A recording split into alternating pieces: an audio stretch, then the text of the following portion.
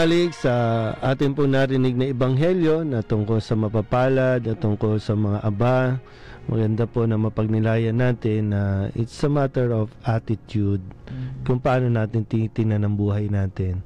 Pwedeng mahirap tayo, pero masaya naman. Pwedeng mayaman tayo, pero malungkot ang buhay. So, nasa attitude lang talaga yan. Kung paano mo dadalhin at paano mo tatanggapin ang estado mo sa buhay. Pwedeng malungkot ka o mahirap ka sa pamantayan ng tao, pero marami kang nagagawa.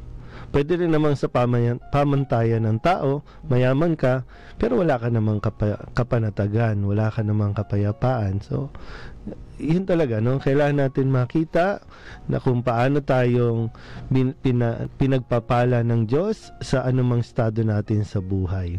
Kung single, may asawa, o pagpapare, o kung ano man, makita natin lagi kung paano kumikilos ang Diyos. At lagi nating tingnan na ang mga sitwasyon natin sa buhay ang siyang maglalapit din sa atin sa Diyos. Amen.